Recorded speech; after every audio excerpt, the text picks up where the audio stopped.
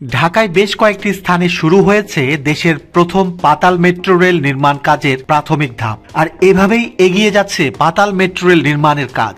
ইতিমধ্যে উত্তরা থেকে মতিঝিল পর্যন্ত চলাচলের মাধ্যমে মেট্রো রেলের যুগে প্রবেশ করেছে বাংলাদেশ। তবে পাতাল মেট্রো রেলে চড়ার অভিজ্ঞতা পাবে 2030 সালে, যদি এই প্রকল্পটির কাজ শেষ হয়। সেই লক্ষ্যে বর্তমানে 5টি জায়গায় কাজ শুরু হয়েছে পাতাল মেট্রো রেল নির্মাণের।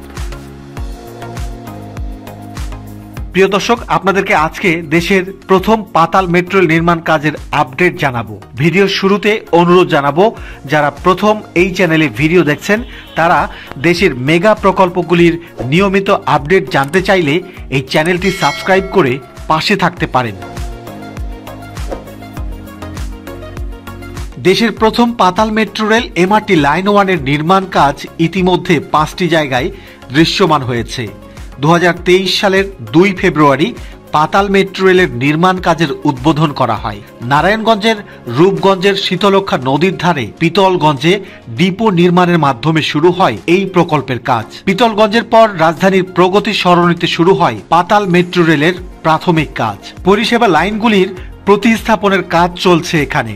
যমুনা ফিউচার পার্কের সামনের সড়কে স্টেশন নির্মাণের জন্য পরিষেবা লাইন প্রতিস্থাপনের কাজ চলছে রাস্তার দুপাশ দিয়ে। রাজধানীর প্রগতি সরণিতে যানজট বেশ পুরনো, তবে ইদানিং এই যানজট তীব্র আকার ধারণ করেছে, যার অন্যতম কারণ হলো দেশের প্রথম পাতাল মেট্রো রেল এমআরটি লাইন 1 এর নির্মাণ কাজের জন্য।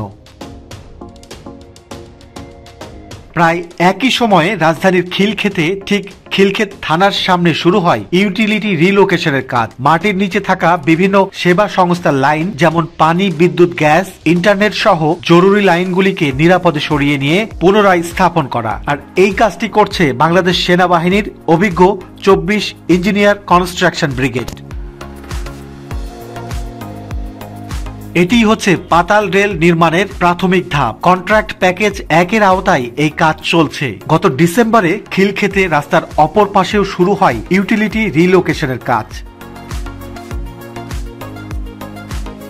একই সময়ে এই মেট্রো লাইনের শুরু যেখানে, সেখানেও শুরু হয়েছে ইউটিলিটি রিলোকেশনের কাজ। হযরত শাহজালাল আন্তর্জাতিক বিমানবন্দরের 3য় টার্মিনালের সামনের রাস্তায় ইউটিলিটি রিলোকেশনের কাজ ডিসেম্বর মাসে প্রথমবারের মতো শুরু হয়েছে।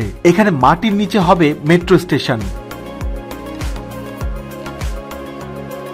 রাস্তার এক পাশে বাউন্ডারি দিয়ে ভেতরে সেবা লাইনগুলিকে সরিয়ে প্রতিস্থাপনের কাজ শুরু হয়েছে এখানে।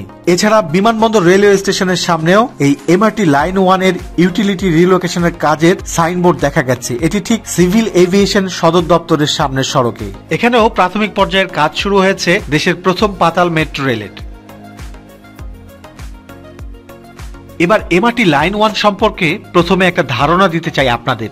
মেট্রো লাইনের এমআরটি লাইন 1 শুরু হবে রাজধানীর বিমানবন্দর থেকে এবং শেষ হবে কমলাপুরে। বাংলাদেশ সরকারের অর্থায়নে নির্মাণাধীন এই মেট্রো রেলে 2টি রুট থাকবে। মোট দৈর্ঘ্য হবে 31.241 কিলোমিটার।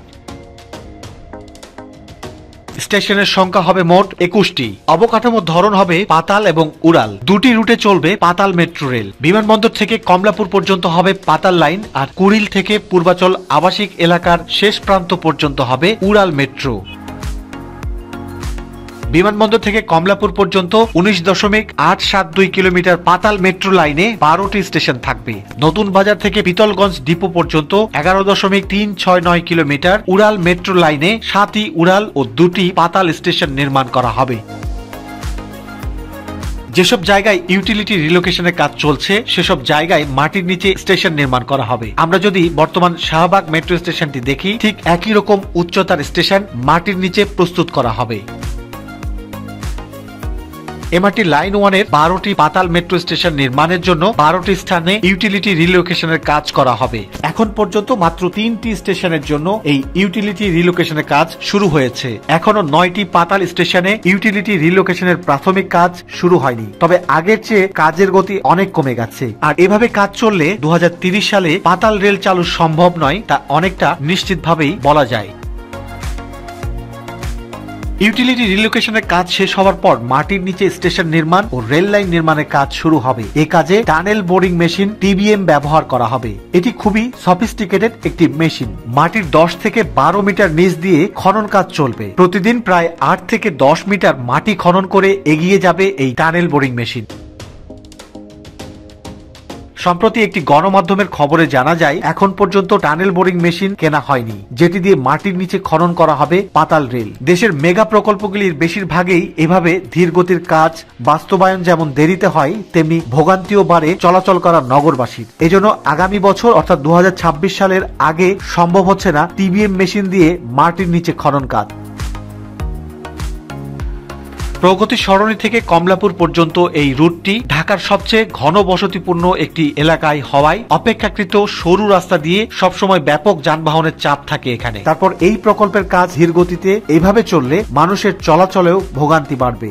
এজন্য ডিএমটিসিএল কর্তৃপক্ষের উচিত হবে যত দ্রুত সম্ভব এই লাইনটির কাজ শেষ করা।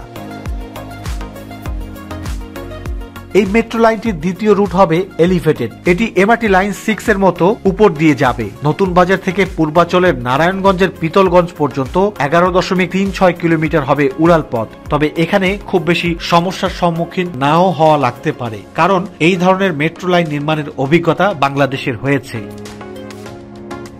কুড়িল থেকে পিতলগঞ্জ পর্যন্ত মেট্রো লাইন নির্মাণে পূর্বাচল এক্সপ্রেসওয়ের পাশ দিয়ে যাবার কথা রয়েছে। এক্ষেত্রে জায়গার সমস্যা হবে না। এদিকে লোক সমাগম ও অবকাঠামো কম থাকায় সড়কের পাশ দিয়ে দ্রুত মেট্রো লাইন প্রস্তুত হবার সুযোগ রয়েছে।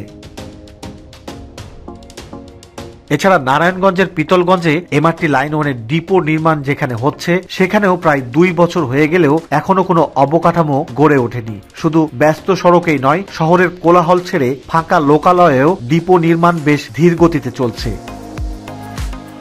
এমআরটি লাইন 1 এর নির্মাণ কাজ 12টা প্যাকেজের মাধ্যমে বাস্তবায়ন করা হচ্ছে। 2024 সাল পর্যন্ত পিতলগঞ্জ ডিপোর ভূমি উন্নয়ন সংক্রান্ত প্যাকেজ CP1 এর বাস্তবায়ন অগ্রগতি 87%। অবশিষ্ট 11টি প্যাকেজের দরপত্র আহ্বান কার্যক্রম বিভিন্ন পর্যায়ে প্রক্রিয়াধীন আছে।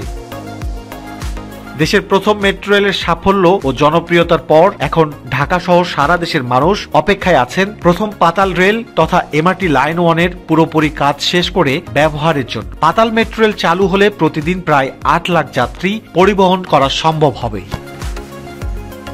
দেশের প্রথম পাতাল রেল নির্মাণ সম্পর্কিত আজকের ভিডিওটি এখানেই শেষ করব।